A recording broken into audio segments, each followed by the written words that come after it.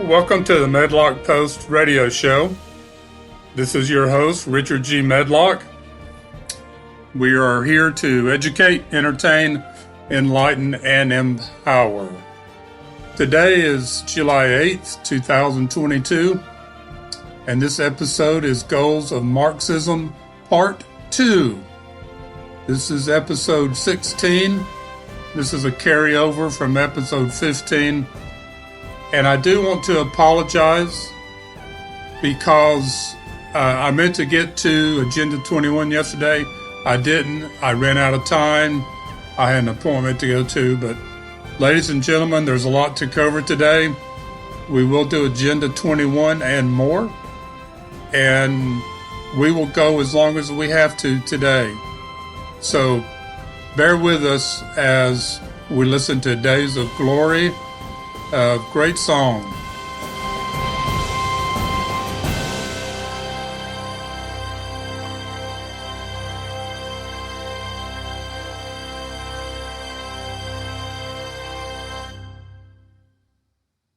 The views and opinions on the Medlock Post radio show are the views and opinions of the host. They are not necessarily the views and opinions of Spreaker.com, its corporations, affiliates, or any other of our wonderful podcast streaming services. Matter of fact, some of them, I have no idea what their views are. Same thing with Spreaker. So apparently I'm doing something right. They haven't kicked me off yet. I try to keep it civil.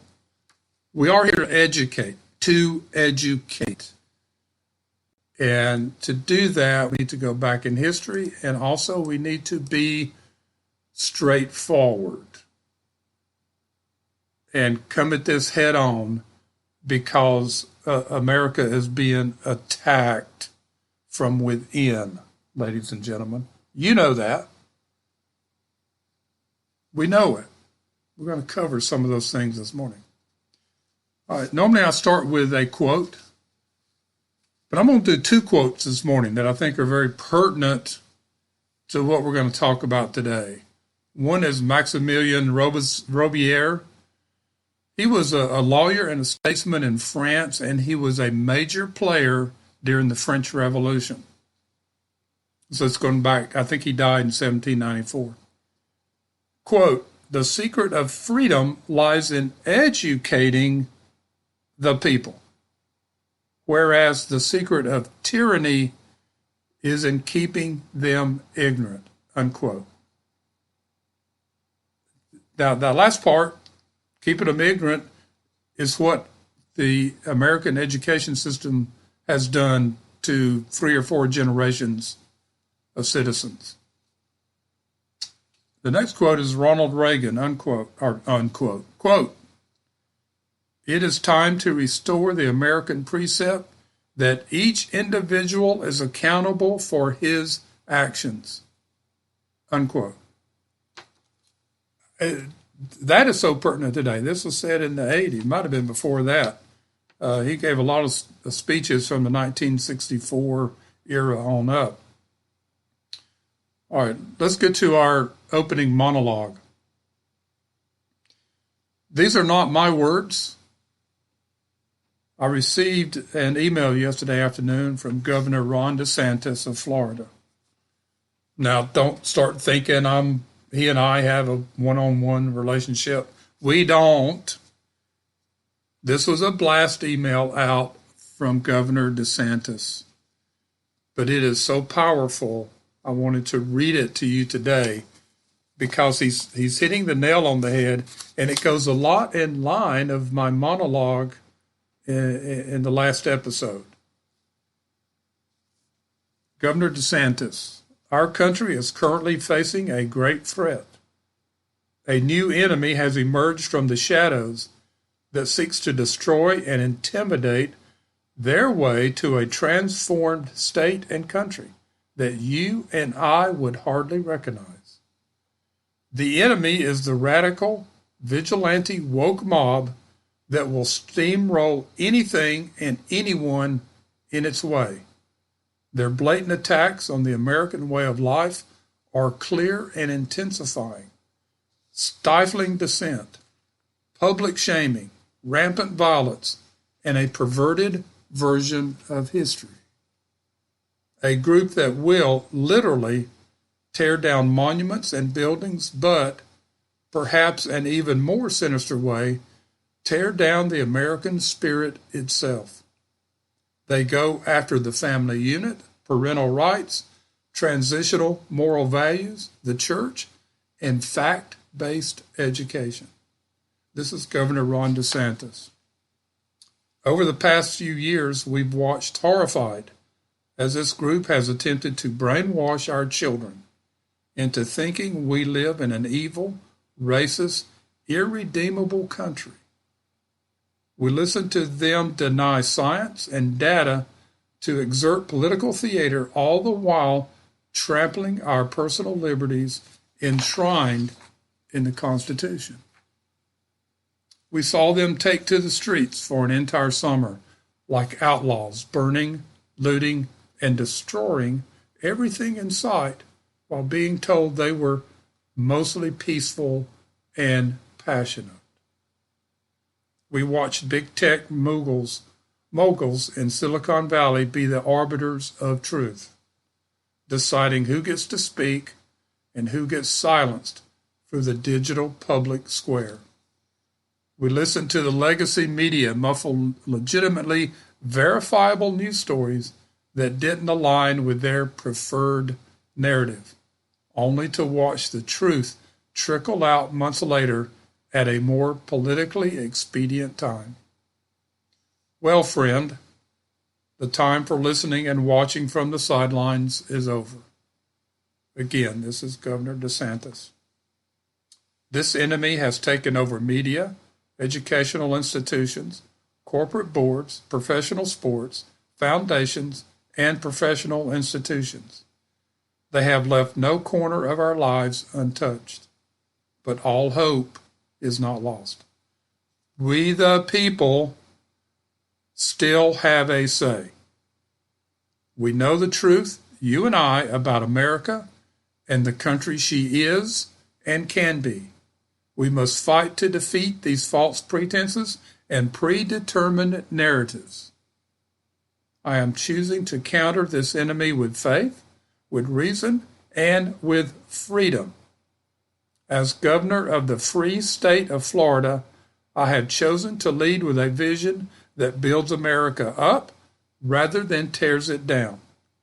Together we can ensure that our children are raised to know they live in the greatest state in the nation, the greatest country in the world, and that they have an opportunity to continue making them even greater.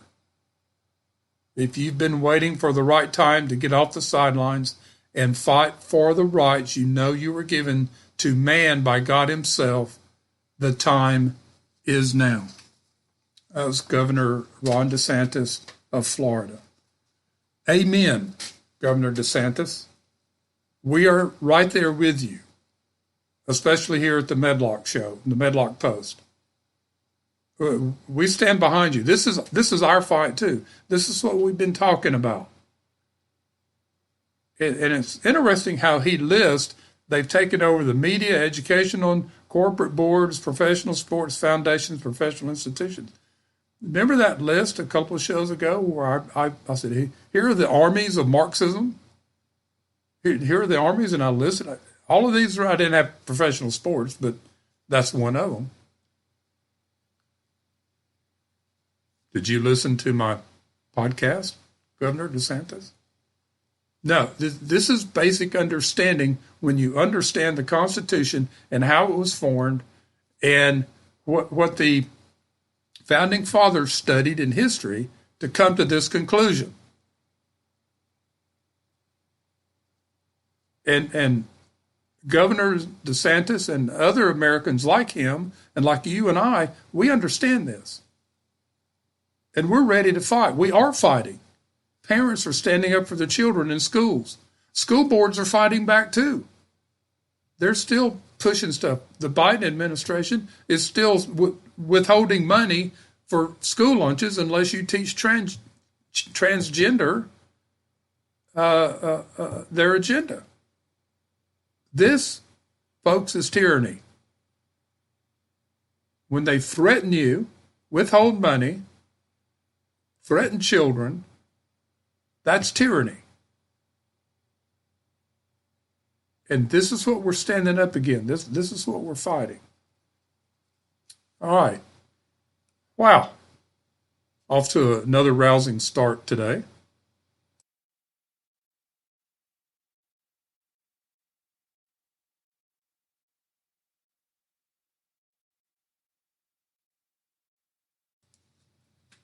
Rousing start. All right. Here's a quote by Thomas Sowell. I love Thomas Sowell. He's a brilliant man, and he just puts it in a way that is simple and easy to understand. He says, quote, "Many on the political left are so entranced by the beauty of their vision that they cannot see the ugly reality they are creating in the world," unquote. This kind of goes back. I talked about the parable of the pebbles in front of the eye. Well, this is the same thing. The left is so focused on one thing, destroying other people, destroying freedom, destroying America, that they cannot see the ugly reality, as Thomas Sowell calls it. You with us? Appreciate it. I did get some comments from people yesterday. We might try to get to a couple of those, or how it pertains to what's going on. One thing about my take on President Trump and Joe Biden is interesting. I could see that happening. You know, Trump being the leader of the party, whether it's the Republican Party or a new party, and running the show from there instead of trying to get involved back into the White House. All right. You have to go back to episode 14 and 15 to catch up on that. All right, folks. The United Nations Agenda 21. This has been around a while. It really came to the forefront under the Obama-Hillary Clinton administration, when Hillary was Secretary of State. And they went out to the UN, and they knew that all these things were sitting there that were globalist propositions, globalist agendas. And they went out there, and Obama and Hillary and even John Kerry signed off on a bunch of these things. Their names are on the paper. Now, Congress never approved any of these things. And a treaty or anything like that is not valid in the United States unless Congress approves it. So understand, none of this has been approved. However, you'll see how it's taken effect in America. All right, let's talk about first the United Nations, which is a total joke as far as America is concerned. But they have 8 goals at the United Nations. 8 goals. 1, hunger. Eradicate extreme poverty and hunger. Well, they've had, 70 years to do this? So they get an F on that. Number 2, education. Achieve universal primary education. Well, what type of education are they referring to here? If they're talking about brainwashing, they've done a pretty good job.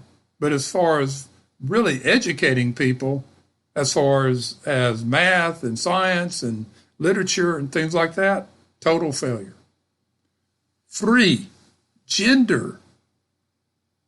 And you go, oh no, there's that gender word again.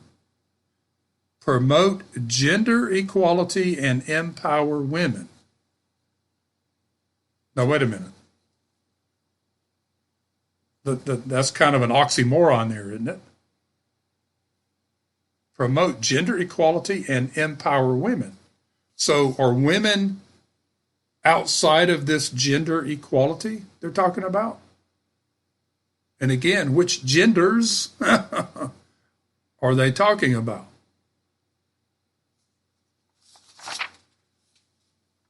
Four, children reduce child mortality. How does that work, folks? The United Nations is a firm supporter of abortion, but then they want to turn around and reduce child mortality. Well, I guess they can say, listen to my reason here. I guess they can say, well, if the child is never born, it doesn't go into the mortality records. You understand that so-called logic of theirs? That's where these people are coming from. Number 5, mothers improve maternal health. That's another failure. Look at Africa. The United Nations has been a total failure in Africa. Matter of fact, the UN troops in Africa rape and murder women and young girls and children and burn villages and all this other stuff. That don't believe me, go look up the records. And nothing happens. Number 6, disease. Combat HIV, AIDS, malaria, and other diseases. Well, let's see. HIV, AIDS is still spreading. Malaria was pretty much under control in Africa. And then they did away with the DDT spraying the mosquitoes, and malaria came roaring back because there's more mosquitoes than ever. And other diseases. So can the UN show us what work they've done with controlling diseases? Yeah. We'll wait, but we won't get an answer. Number 7, the environment. Now that doesn't describe anything, just the environment. And then 8, partnership. Partnership? Well, we've seen a lot of their partnerships with third world countries, with dictators. Dictators sit on abuse committees, financial committees, and all that. All those committees, there are dictators that sit on those committees, and dictators pretty much running the UN at this point. So you get the picture of the United Nations. Now, this is from their website, folks. I'm not making this up. It's from their website. Now, Agenda 21. Agenda 21 was adopted at an International Earth Summit in 1992 in Rio de Janeiro, Brazil. They came up with 2 principles: to combat environmental damage, poverty, disease through global cooperation and common interest, mutual needs, and shared responsibilities. Now, how many of you sat there listening to their principles and says, sounds a little bit like globalism? Mutual needs and shared responsibilities and common interest. Well, the interest of America is not the same as the interest of China or Russia or Zimbabwe, or Ghana or Venezuela or Colombia. They're not the same. Common interest. So I think you can probably answer that question. Mutual needs. Shared responsibility. Everybody pays. All the rich countries pay, and that's the shared responsibility.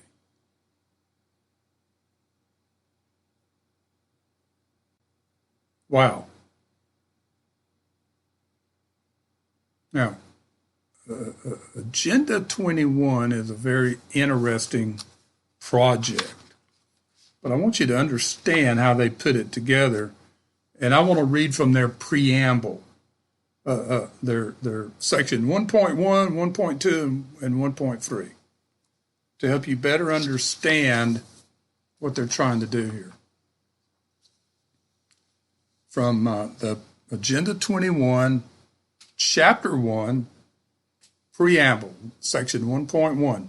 Humanity stands at a defining moment in history. You get that? Defining moment. We're confronted with a perpetuation of disparities between and within nations, a worsening of poverty, hunger, ill health, and illiteracy, and the continuing deterioration of the ecosystems on which we depend for our well-being. Stop there. Well, excuse me. You had, from the 1940s, 1948, to 1992, well, these are revised in 2015. So you had 65 years to take care of these things, which was your goal, your eight goals. And these have done nothing but get worse in the world. Perpetuation of disparities between and within nations. A worsening of poverty, hunger, ill health, and illiteracy. And deterioration of the ecosystem. Wow. Well, this is called climate change, folks, the ecosystem. It's deteriorating. They've been telling us this from the 1960s. If we don't do something now, the earth is going to just go away in 10 years, 12 years. We've heard these predictions over and over. We're going to get extremely hot, or we're going to go back to an ice age. In the 70s, we're going into the ice age. Well, the only thing I see about the 1970s is the railroading of Richard Nixon by his own party.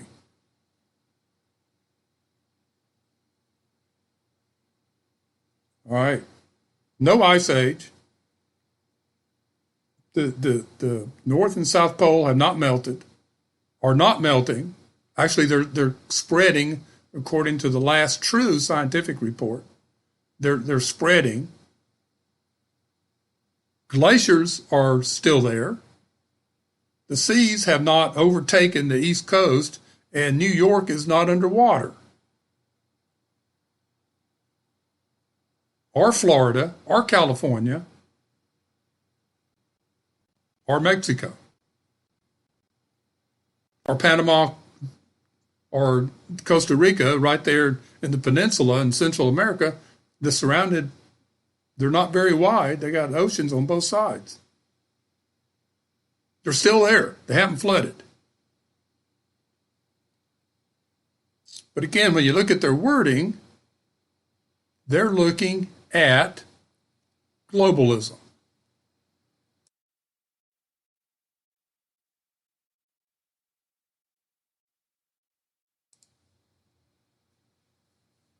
Yes, globalism. Continuing reading from 1.1 in the preamble. However, integration of environment and development concerns and greater attention to them will lead to the fulfillment of basic needs, improved living standards for all, better protected and managed ecosystems, and a safer, more prosperous future. No nation, listen to this, no nation can achieve this on its own, but together we can in a global partnership for sustainable development. period. In a global partnerships. They don't say it, but run by the United Nations. Run by the United Nations. The United Nations would like to become the world governor. Let's not let that happen, period. Section 1.2. This global partnership must build on the premises of General Assembly Resolution of 22 December 1989, which was adopted when the nations of the world called for the United Nations Conference on Environment and Development and on the acceptance of the need to take a balanced and integrated approach to environment and development questions. So, folks, the United Nations is saying, the nations of the world said, go fix this. You have the power to go fix this. One of the things that came out of this was the Paris Agreement, the Paris Accord, which Obama entered into. It was a treaty. Congress never approved it or ratified it. It's no good. Trump withdrew from it. Biden jumped right back in on it. And all it is a scam to rake money out of rich nations. And where does the money go? Well, we haven't seen anything being done by the UN from all this money they've received. Nothing. What's improved? Where? Anywhere in the world by the UN.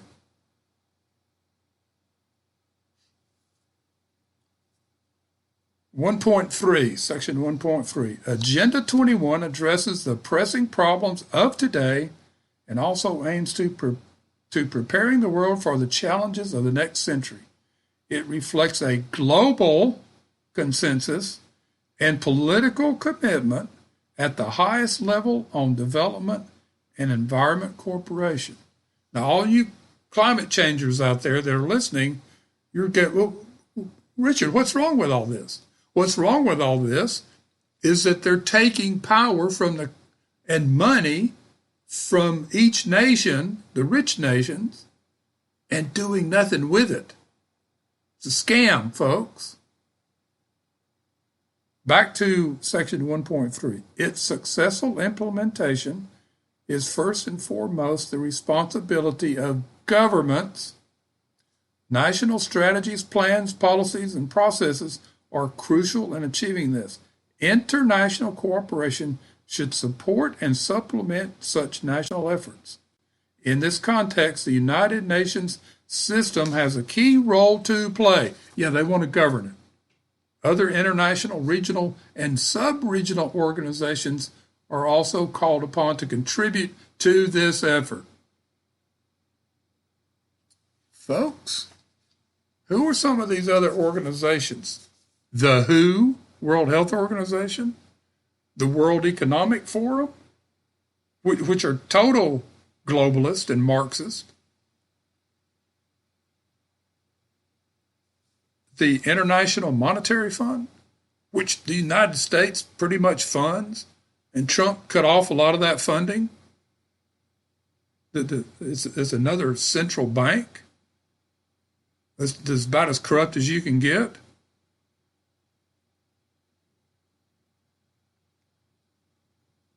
I'm sure some of you say, Richard, aren't you really overreaching here?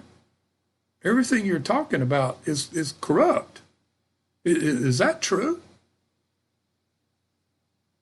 In a lot of senses, it is. And this has been set up for many, many years, 100 plus years.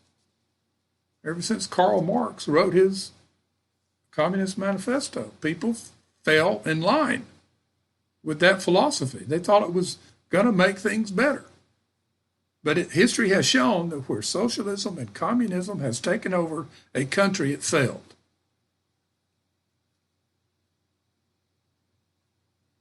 Now, there's another document Our oceans, our future, call for action. And it says, this is just the start of it. It says, we, the heads of state and government, and high-level representatives meeting in New York from 5th to the 9th of June 2017 at the United Nations Conference to support the implementation of Sustainable Development Goal 14 of the 2013 Agenda with the full support for full participation of civil society and other relevant stakeholders. I'll come back to that. Affirm our strong commitment to conserve and sustainably use our ocean, seas, and marine resources for sustainable development. Well, that's a lot. Now, in 2017, Nikki Haley was sitting at the UN. We, the United States, did not sign off on this because it's a scam. And again, show us what is being done. Now, let me go back to the word stakeholders. The World Economic Forum likes to use that word. If you listen to their last conference last month, go back and listen to some of the recordings. Some of it was scary to death, what they're looking at. But stakeholders. Now, many of you out there are probably shareholders of a stock in a corporation, right? You're a shareholder. But the stakeholders are those at the top in control. And this is a big word with the World Economic Forum. And you're sitting there and you're listening and they say stakeholders and they just keep going and you don't think anything about it because in your mind you're probably thinking shareholders. There's a big world of difference. The stakeholders are the ones in charge. As a shareholder, you really are not in charge of what goes on in the corporation. Oh, you could always get a bunch of shareholders together and vote out the board if you have over 51%. But stakeholders are the one in charge. They're the ones making the decisions. They're the ones deciding where the money goes.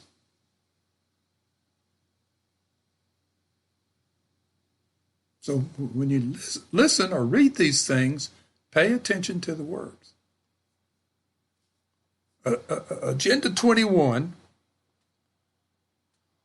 wants to take control of all the land in the world. Richard, why didn't you start with that? Yeah, you needed it to understand this. They want to control all the land in the world. They want to tell you where to live, how to farm, and what to do. Now, what does that sound like? Geez, that sounds pretty good. I don't have to worry about anything. They tell me where to live and who to farm and whatever it is. No, that's called communism. The stakeholders are telling you what to do. So what they want to do is have everybody move into the cities, build high rises. Everybody move into the cities. Open up all that land out there that you're destroying. Open it up. And then the stakeholders will decide, well, what happened? Now, what was interesting under the Obama administration, several cities within the United States adopted Agenda 21 and started implementing it in their cities. And it started causing havoc. And some people were rebelling. Now, some cities finally changed their mind and said, oh, whoops, we got caught up in a Marxist action here, or it changed from a Democrat mayor to a Republican mayor or governor or whatever. and they did away with it. Now, there's still a couple, I can't tell you their names, but they're still pushing this agenda. Not as readily, but they're still pushing it. The United Nations also has what's called a small arms treaty and a seaport treaty. Now, Obama and Hillary and John Kerry and that administration under Obama all signed these treaties. Again, Congress never ratified them, so they're no effect. The Biden administration has tried to bring back the Agenda 21 and the Small Arms Treaty.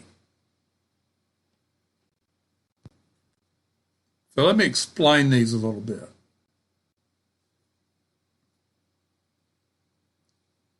The Small Arms Treaty would give the United Nations control over all the guns in the world. Say what? The Small Arms Treaty would give the United Nations control over all the arms, the guns in the world. Now, there was massive pushback under the Obama administration, and there's massive pushback now, even by Democrats. They're saying, no, the UN is not going to come in here and run America. Now, the United Nations Seaport Treaty would give the United Nations control over all the seaports in the world. They can control who comes in and who goes out. They become the stakeholders. You would be surprised how many countries have signed these treaties and put them to force. It's scary. But when you have dictators running these countries, it's not a problem. I'll just partnership with these other stakeholders and we'll be in good shape. So this is called communism, globalism, one world government, whatever you want to talk about, one world governance. This is what they're trying to achieve. But there is pushback, a lot of pushback. A lot of pushback. If you remember one more thing about this UN thing, under Obama, all of a sudden, the United Nations Blue Helmet Armed Forces were riding around America. They were landing in the port of Charleston and other ports, unloading these armament vehicles, driving anywhere from South Carolina all the way to Texas. They were driving in other parts of the country, and people went nuts. And they went after Obama on this. Now, this was not in the news, folks. Well, a little bit of it was. I had a friend who literally took pictures of them getting off the boat, the ship in Charleston, the blue helmets and their machinery and their armaments, and driving out. Now, I was on my radio show at the time, and I talked about this. And big stink about that. Big stink. Now, they eventually got out. They were run out. All right. So here's the UN, Agenda 21, Small Arms Treaty, Seaport Treaty. And there's other treaties out there that they're trying to implement to gain control of the world. The only people that are stopping them are we the people in America and in other countries. They're standing up and fighting too. So that's Agenda 21. They want to control everything.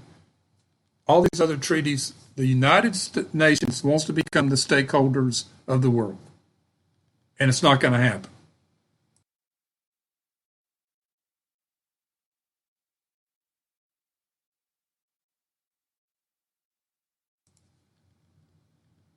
What a day, ladies and gentlemen. It is Friday, thank goodness. A lot of things happening, just going on. I'm going to go over a few things that's happening in America today. Talk about the economy.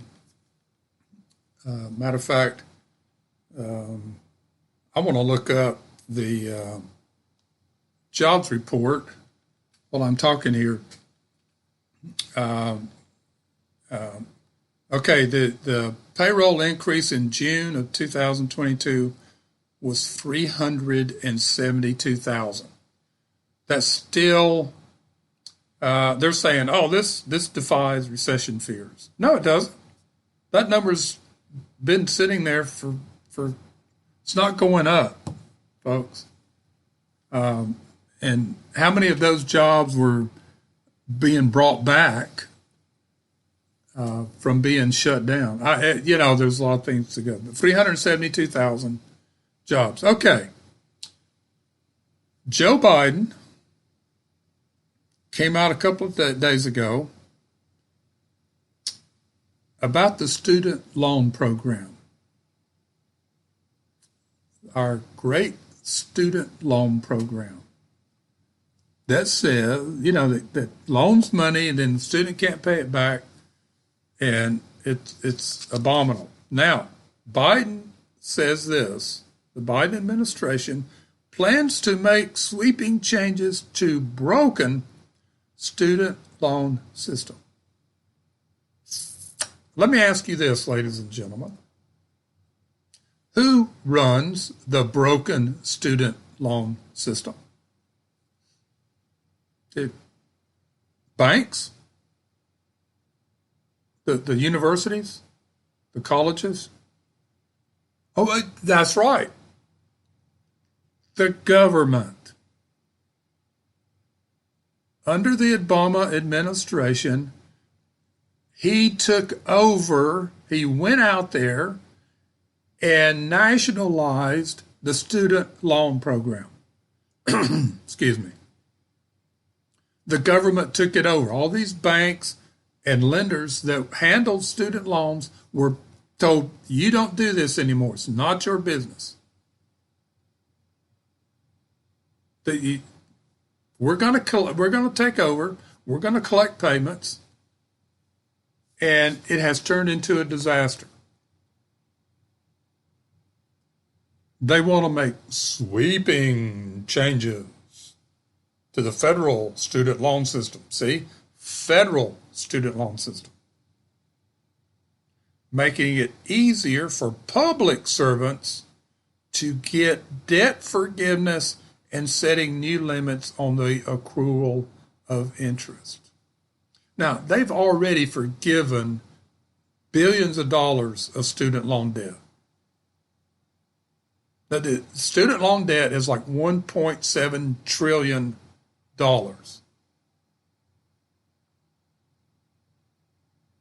Now, in the past, the government funded it, but it was handled through independent, free banks and other lenders.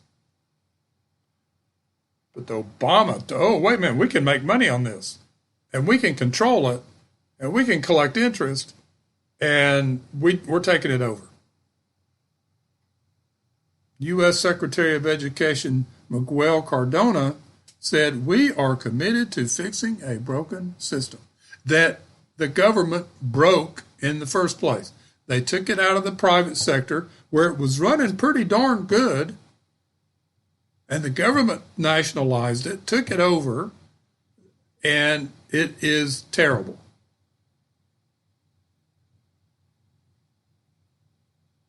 It is terrible. Now, they've got a few, protections for defrauded borrowers. Now, excuse me. Do you know what the definition of defrauded borrowers is? Is that you go to school and you get a degree and you can't get a job. Oh, you got defrauded. Whoops.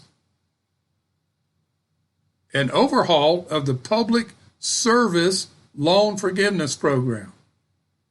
That means if you are a public servant, you work for a government, federal, state, local, whatever, and you have these things, they're going to do away with your debt. Just going to disappear, folks.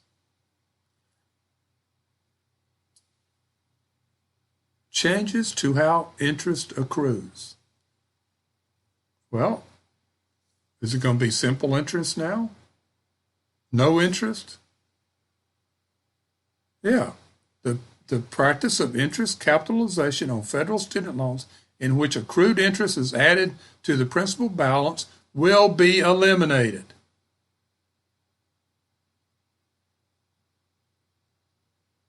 So there's no accruing of interest. So all these people that haven't paid, they during the shutdown, during the pandemic, nobody has to pay right now. You're not working, no problem. We know that's still in place.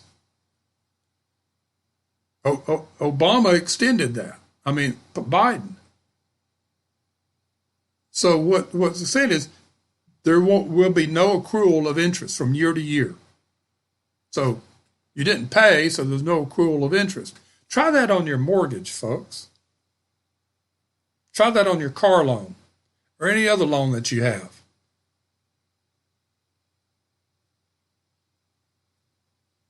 Well, guess what? The government is doing what they want to do. They're going to make their own rules and force it down everybody's throat. So the student loan program, which I've always believed is a scam, and I say why. When I went to college didn't cost that much. I worked summers and saved all my money when I was still living at home between my freshman and sophomore years. My dad, during the summer, I did this in high school too. My parents were kind of smart this way. You go out and work in the summertime, you put all of that money into savings. So when school hits, you have that money to live on, whether it was high school or and then into college. And then you don't have to work during school time. Right? They gave me an allowance, which in those days, $5 a week. Gas at 17 cents, 25 cents a gallon. I could go on a date for $2 or less and have a nice date, movie, popcorn, drink, pizza, or hamburgers afterwards, something like that. You have a nice day. Put gas in the car. You have a nice day. You have money left over. So my parents says, we will give you your allowance, but you save all your other money. And then when I went off to college, did the same thing. During the summers, I went. Well, and also in college, because I had other expenses, I wasn't living at home, I was living in a dorm, I would find jobs on the weekend. I would work all day Saturdays, Friday afternoon and Saturdays. And I'm talking about hard labor.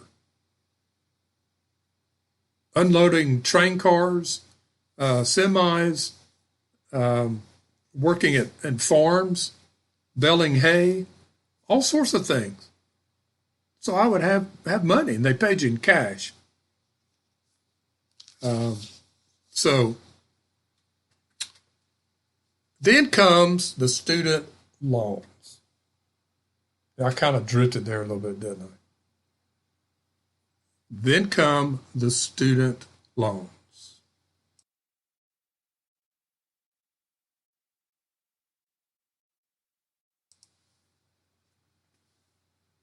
The price to go to college started going up. Why? Was inflation that bad? No. Well, it was in the 70s under Jimmy Carter. You know, he yesterday on the 7th, July 7th, was he and Rosalind's 76th wedding anniversary? I saw that and I go, congratulations. Wow. So, anyway, prices kept going up. All of a sudden, it was costing $15,000, $20,000, $25,000 a year. Then it was $20,000 a semester. Housing went up. Books went up like crazy. $400 for a textbook that was wrong. And you say, well, okay, borrow this money, go to school, borrow $100,000, go to school, and come out with good education, good job, you're going to make more money, et cetera, et cetera. However, when you're not taking good courses, there's no need for your degree. But another thing was happening. The universities had turned liberal. They were teaching Marxist philosophy. But a lot of that money that was flowing into the universities,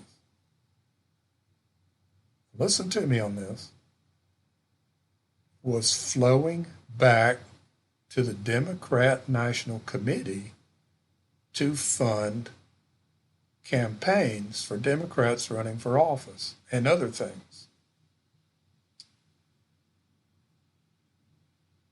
Richard, are you saying that it's a slush fund for Democrats? I think that's what I said, yes. I do think that's what I said.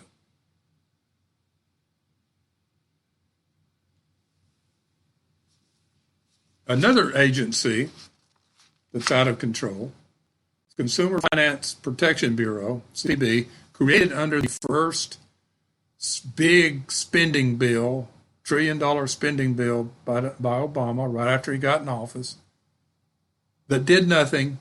Well, it didn't help the economy. It didn't go into the economy. But out of that, Consumer Financial Protection Bureau. And guess who the first director was? Yes, Elizabeth Warren. And she was a dictator. She started blackmailing banks, forcing banks to do things that had nothing to do with consumer financial protection. Now, when Trump came into office, he shut it down. He fired the director. So you can't fire me. I'm a government employee. Well, she took it to court. And the court says, yeah, you can. You were appointed by the White House. It might have been a different White House, but that White House, the White House, can fire you. And he basically shut that thing down. He kept enough people in there, just 3-4 people, because Congress would not vote to shut it down. So he just kept a few, secretaries or whatever in there. So Biden gets in the office, he just cranks it up again. And this director, Mr. Chopra, is a tyrant. He is putting out dictates and requirements, makes Elizabeth Warren look like a kindergarten teacher. Well, I don't know about that, because in kindergarten they're being forced to teach transgenderism. But anyway, my point is, look like a really mild person. This guy's a tyrant. Another thing the government is doing, remember that the Supreme Court ruled against the EPA, and it was basically against all government agencies. And I mentioned a couple of days ago about the Securities Exchange Commission wanting to make these climate change reports. What is your climate footprint on your business?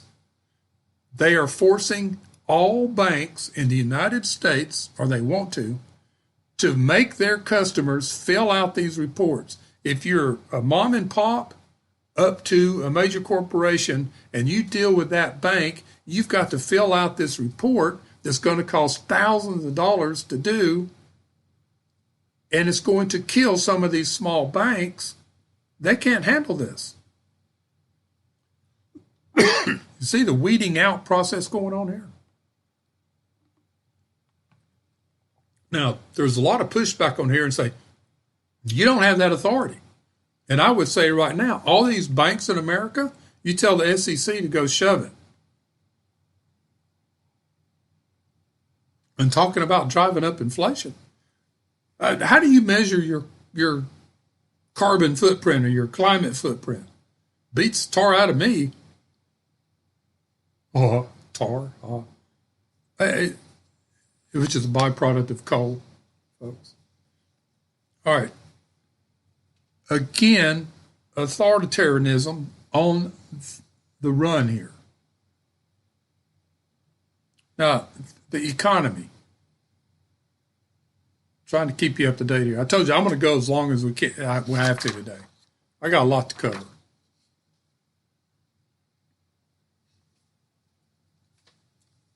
The economy. The corporate bottom line is being hit hard right now with inflation. Their inventories are building up because people aren't buying things. Inflation is up, and they're absorbing some of the cost of the inflation. They're not passing all of it on to the consumer. You still have a demand and supply market out there. So if you charge too much, they're going to go to your competitor, right? So what's starting to happen here that you're not seeing in the news, but what's starting to happen when you go out and you do your homework, we have inflation up here versus deflation. Now, the other day I reported that the second quarter GDP was a minus 2.1. Well, they revised it this morning to minus 1.9. Yeah, whoop-de-doo, right? But still, so you've had a minus 1.6 first quarter, minus 1.9 in the second quarter. That's officially in a recession. So now you have inflation, and now you're starting to see deflation because these corporations are starting to lower prices to get it out of their warehouse. Because if it sits in their warehouse, it costs them money. So they're actually starting to sell things below their cost or at cost just to get them out of their warehouse. So now you've got this battle going on between inflation and deflation. That's a recession, folks. That's a recession. So look for those things. I've noticed some things at the grocery store that are starting to come down pretty good in price. Is it to lower their inventory? Could be. But the corporate bottom line, the projection now is the next quarter's earnings reports are not going to be that good.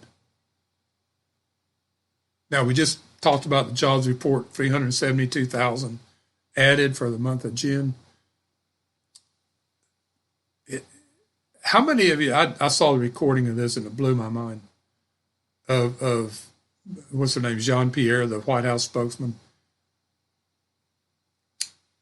We are in the strongest economy ever in America.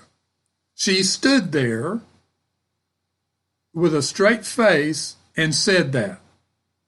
We are in the strongest economy ever.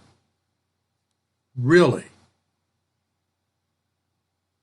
Strong for who? The stakeholders? Strong for the globalists, meaning, hey, America's taking it on the chin, let's keep it up? I don't know. Okay, mortgage rates dropped down to 5.3% yesterday from a high a few weeks ago of 6.1 or 2%. So they're coming down, but home sales are not going up. And home builders still can't get supplies. All right. Saw this morning, keep moving here, abortion. Biden is to use executive orders to create laws to continue abortion access. Now, he didn't say create laws, but that's what he's trying to do. He said, well, Congress can't do anything about it, so I'm going to do executive orders.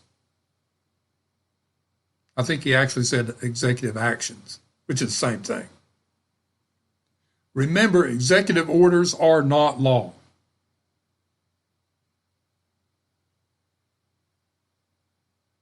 And I was listening to a news report late yesterday.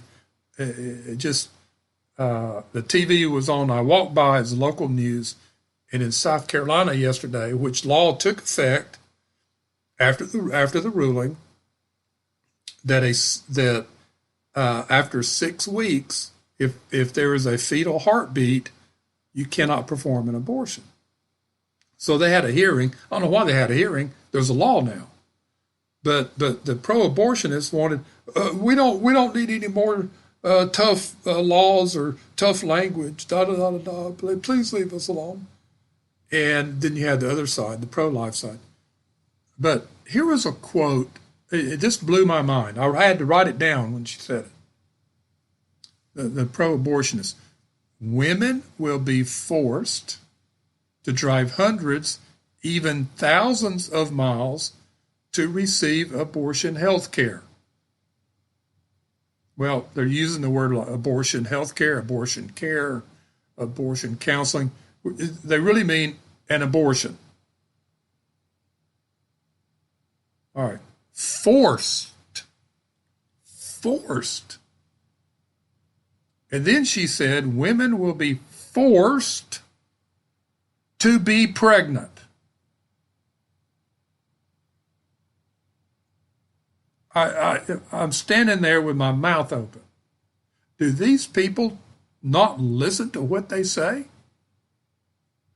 I said this when the ruling came out, and people coming out, and Biden came out with this statement that was several times contradictory. Do they not listen to what they say? Same thing about the guns when the ruling came out. I think somebody types it up real fast and they just go out and read it. Women will be forced to drive hundreds, even thousands of miles. Women will be forced to be pregnant. Now I ask you, ladies and gentlemen, was she raped? Is that the forced part here? Or is she not able to get an abortion that all her extracurricular activities have brought upon her that she just wants to eliminate like a wart on her finger? But they're going to be forced to be pregnant. Are these women being forced into all this intimate physical relationships? It's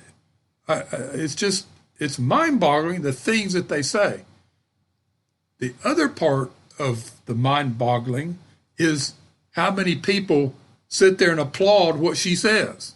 Oh, yeah. Women will be forced to be pregnant. Oh, this wasn't my decision. I didn't want to be pregnant. I want to have all the sex I can have, but I don't want to be pregnant. It goes back to Ronald Reagan's quote. Hey, there's personal responsibility here, personal accountability. It just blows my mind. So that presented a question. Because we're seeing there's these reports where all these abortion clinics are shutting down, Planned Parenthood is shutting down places. So the question is this: if Planned Parenthood provided all the health services for women besides abortion that they advertise, mammograms, all that stuff, why are they closing their doors? If they were supposed to be a women's health care provider, Why are they closing their doors when they can't do abortions anymore? Because that's all they did was abortions.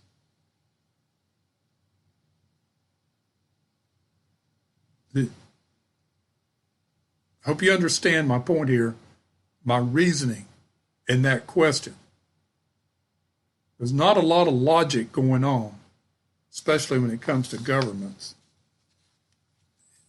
And I was thinking about this as I was preparing this morning.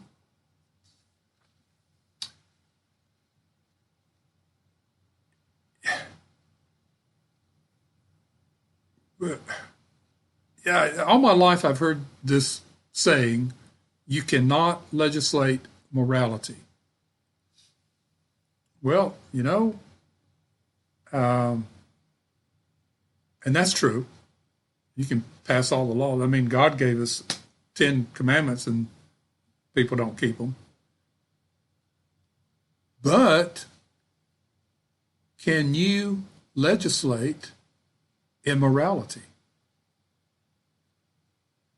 Can you legislate immorality? Now, I'm going to do some more thinking about that.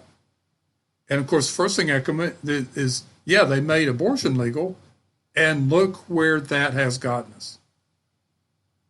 Look where that has gotten us.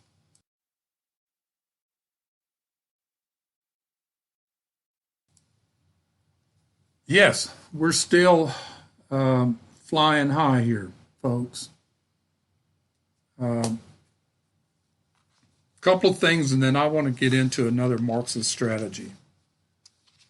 And these are so pertinent to what's going on today. Strategic oil reserve. Hunter Biden, Joe Biden. Now, Joe Biden has been raiding the strategic oil reserve since he shut down pipelines, gas prices went up, and all this stuff. But guess what? He just sold 5 million barrels out of the strategic oil reserve, strategic petroleum reserve, to Europe. No, whoa, hold on. Yeah, you're asking. I thought the strategic petroleum reserve was for the United States. It is, folks. It is for the United States. And then a few months ago, it just came out that he sold 995,000 barrels to a Chinese company that Hunter Biden has big holdings in, that pays Hunter Biden a bunch of money. Now that's making a big stink today on the news and in Washington.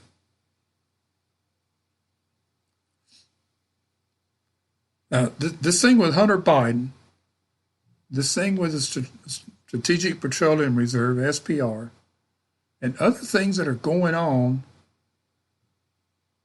will it lead to Joe Biden being taken out of office?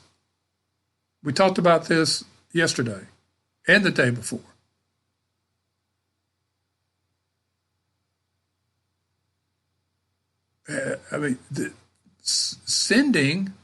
Selling our strategic petroleum reserves to our enemies. Well, it's technically not an enemy, it's just a Chinese company. Same thing in China. They control everything. 5 million barrels to the EU. He's pulling out almost 1 billion barrels per day. He's destroying the strategic petroleum reserve. He's pulling it all out of there. Where's it going? It's not going to our pumps.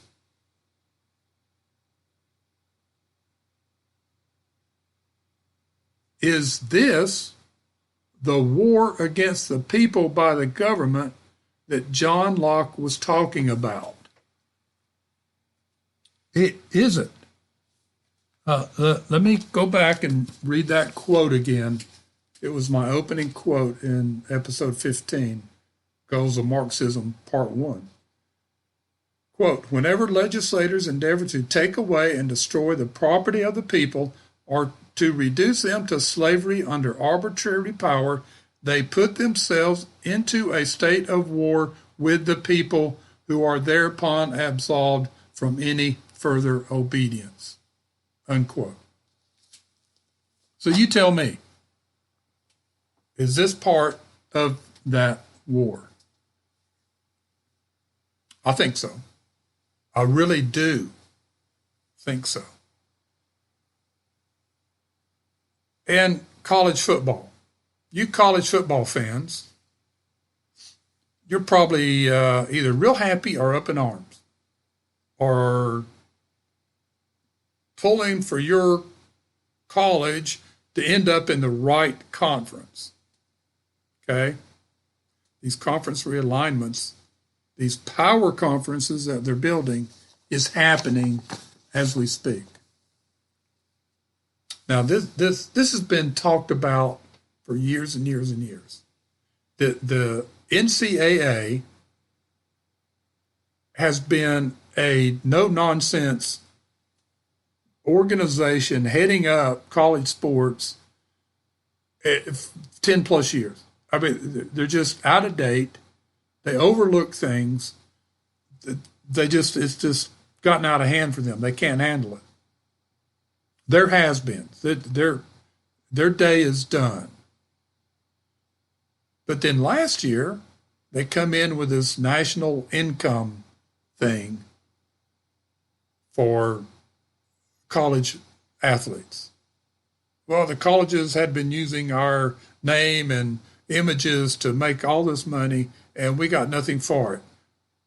Well, let's see. Hopefully you got somewhat of a college education, hopefully a degree. You got free housing, free food, free books, free tutors, and the opportunity to play a sport that you love, whether it's football, basketball, baseball, soccer, whatever. Oh, we're not getting paid. Well, if you look at the cost of a college education and the housing and all those other things, it's anywhere from $250,000 to $500,000. But we're not getting anything. I'm not getting rich, is what they were saying. So all of this stuff went through this, went to the court. Supreme Court said, yeah, they can be paid. The NCAA probably, no, you can't pay them. They can't go out and work for an alumni washing cars at a car lot and then play football. I mean, it was ridiculous. So now you've got this big conference realignment going on. SEC, they're bringing in Oklahoma and Texas. This was announced last year. That started this ball rolling. And it's just going crazy. Then people were going to the Big Ten. And then, or is it the Big Ten? Yeah, the Big Ten. Then the Big 12 and the ACC and the Pac-12 decided not to join forces, but kind of an agreement that we're going to support each other. Because they knew the Big Ten and the SEC were just going to take over and be the power conferences. So then, a couple of days ago, you saw this, if you're a sports fan. I normally don't follow this, but it's just intriguing. University of Southern California and UCLA decided to jump to the Big Ten starting in 2023. Or is it 2024? Doesn't matter. They're jumping. Now all the Pac-12 schools are scrambling. What's going to happen to the Pac-12? Those are our big mainstays. Arizona State, Arizona State's where I went to school. They're all scrambling now. Oregon, Washington. Oregon's a pretty good powerhouse. Stanford. Then you got the ACC sitting over here, Atlantic Coast Conference. They're sitting here with Clemson. Well, I live near Clemson. They're a powerhouse. Won some national championships. The last, 11 years, they've won 10 games or more per season. They're a powerhouse. So what's going to happen here? Are they going to go to the SEC? It's fun to watch this, folks. It's been snowballing for years now. And that ball is just rolling like crazy. Rolling like crazy. All right, folks, this has been quite the day. And we will be back here. This is Friday. We'll be back here next week. Again, I did not get to everything on my list today, and that's fine. It will still be very pertinent in the future. We are continue to tell your friends about the Medlock Post on Spreaker.com or Spotify or Google Podcast and other podcasts. Just go out there and look. iHeart. We're out there, and we're growing. Tumblr. We're growing like crazy. YouTube. You can go to YouTube, and we're growing. Appreciate the comments, and kind of end today with a little lightheartedness. A little thing, and let's play a little salsa music in the background as we close out today, a beautiful Friday, and we'll start raring again Monday. But here's a quote from Chuckles the Clown. They say, Richard, what does Chuckles the Clown and salsa have in common? Nothing. He says, great advice, a little song, a little dance, a little seltzer down your pants. And that, folks, is the Medlock Post radio show for today. God bless America.